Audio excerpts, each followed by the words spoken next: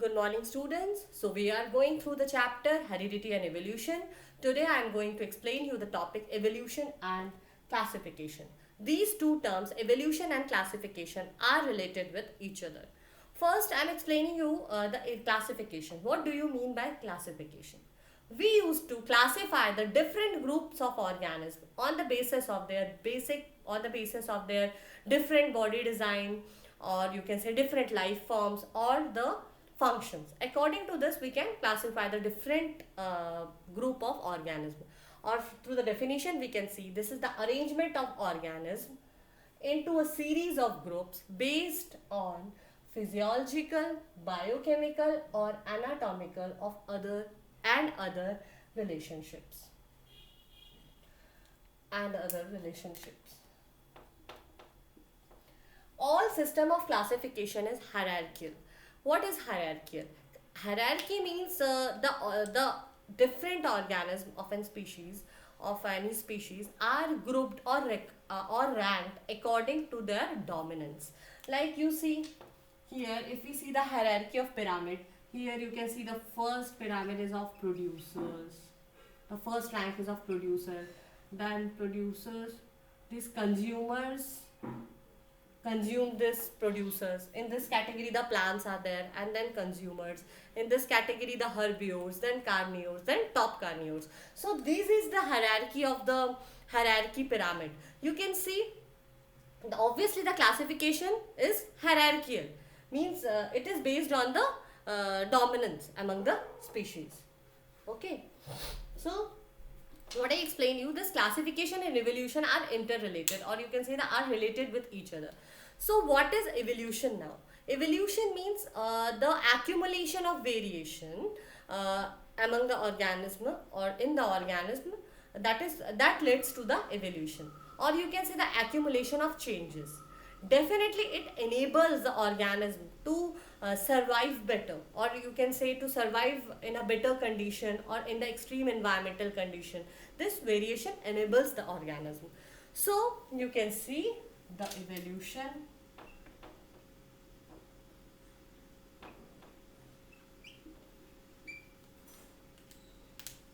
is the process by which it is the process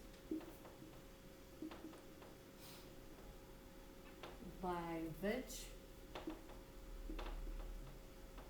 newer organism is formed from pre-existing ones. And definitely it will take a millions of years to for the evolution of an organism. Now the Charles Darwin in 1859 gave this theory of evolution in his book Origin of Species. In there also he mentioned this evolution, this theory of evolution. Okay, so this if we are relating this classification and evolution, we can see the two groups are there. The first group is of primitive organism, or you can say the unicellular organism that has not been yet changed much, no. And the second group of organism is, you can say, the advanced organism, or you can say this second group of organism are higher organism. Okay, the first group that I told you, that is the lower organism, or you can say the primitive organism. Okay, and the second group of organism are advanced organism or higher organism or multicellular organism. As you know, this multicellular organism comes from, or you can say arises from, the unicellular organism. So after millions of years, the organism is being get organism are being get is being get evoluted, no. So it is very wrong to say that the primitive organisms are not efficient and this advanced organisms are more efficient. It is wrong to say. It will be wrong to say. Definitely the evolution takes place in an organism in this second group, but it is wrong to say that they are less efficient and they are more efficient. Both are efficient in their own ways. Okay, so the lower organism that I explained you, we can categorize this as lower organism, or you can say the unicellular organism. that their body design has not been changed yet. They are having more basic design as compared as to this advanced organism. And in advanced organism, or you can say the higher organism, the evolution takes place, hence the body design also gets changed, or they are also having their specific and specified body designs. Okay, but both body designs are equally efficient. Okay, so now we can say, this is how the evolution and classification are related with each other. So students, next I will be explaining you about the basic with evolutionary relationship with classification. So evolutionary relationship with classification. If we can see students, the two more closely related species, they are having more common characteristics. They are having more characteristics in common. No, more closely species, closely or more same characteristics. You can see the example. You are having more resemblance as of your real brother and sister, or the siblings are having the more common features as compared as to your cousins, no, your first cousins. So uh, so from this we can see, in this topic, evolutionary relationship with classification, we will see the homologous organs and analogous organs. What do you mean by homologous organs? Homologous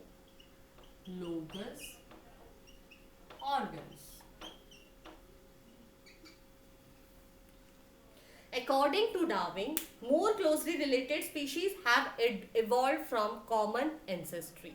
Okay, definitely, if more common species are there, they are sharing more common features, then according to Darwin, they are evolving from the same ancestors or common ancestors. So you can write, students, phenomenon of similarity of structure, phenomenon of similarity in structure due to common ancestry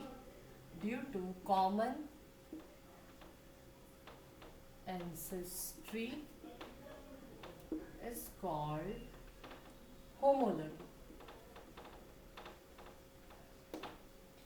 Okay, now the features, or you can say the characteristics of homology is, first you can see similar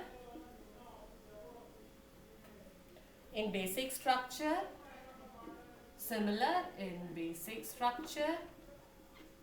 and have their common ancestry, and have the same developmental origin, or you can say the common ancestry or the same ancestry, but they have different function in having different functions in different organism. Obviously the functions are different. Their similarities is due to the common ancestry. Next you can write the examples. Example is forelimbs of vertebrates such as lizard,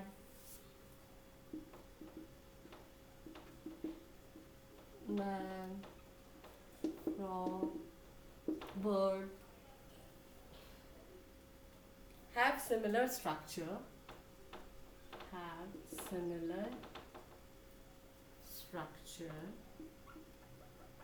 but perform different function.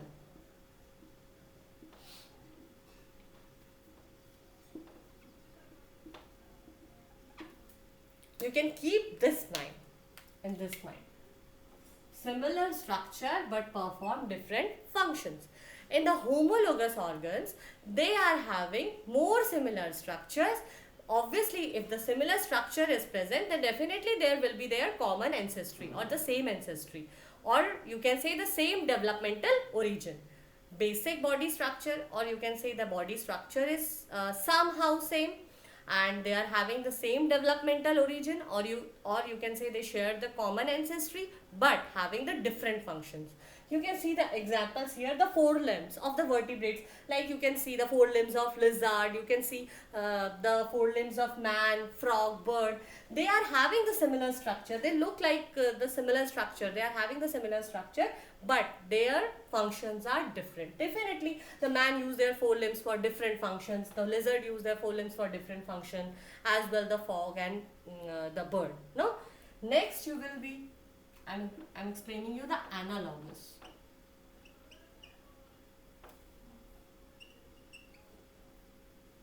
Analogous organs. The organs which have different origin, the organs which have different origins and basic structure, or you can say the plan of their body structure, but show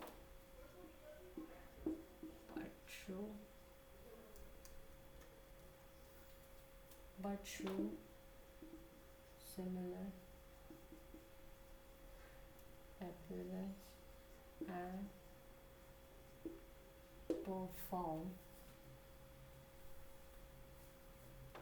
similar functions too.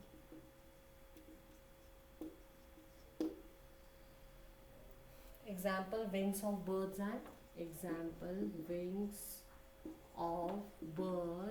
and wings of bat. The characteristics you can write which they share: differ in basic structure,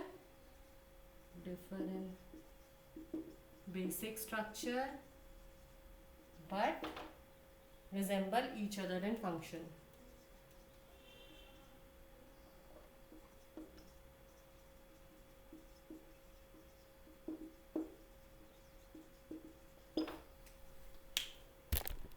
You can keep in mind these things.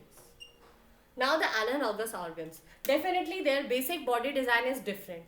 And if the basic body design is different, they are not sharing their common ancestors. Their common ancestor or their development origins are different. But you can see but the functions are same. Resemble the function with each other. Like you can see the wings of birds and wings of bat. Both the wings are meant for the flying purpose.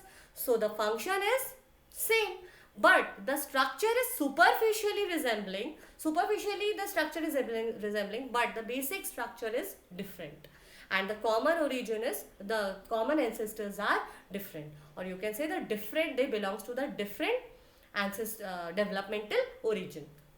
Okay students, in the analogous, differ in basic structure. So definitely the differ in basic structure, and but they resemble with each other in functions. Okay, so students, today I explained you about the relation between the classification and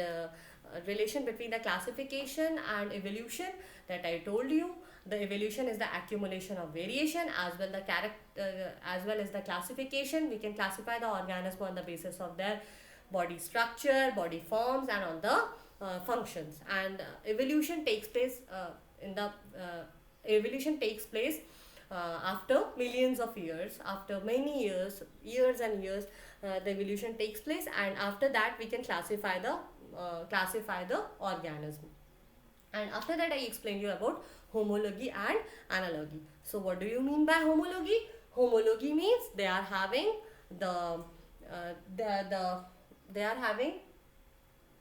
this common ancestral background, or the basic body design is common or similar, or they are having the same developmental origin, but the functions are different.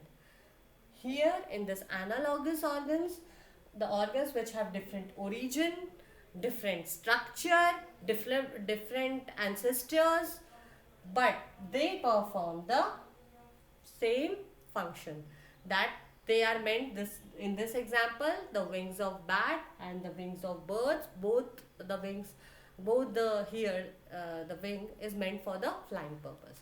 Okay, students. So in the thank you for today's class, and in the next class I will be explain I will explain you about the fossils.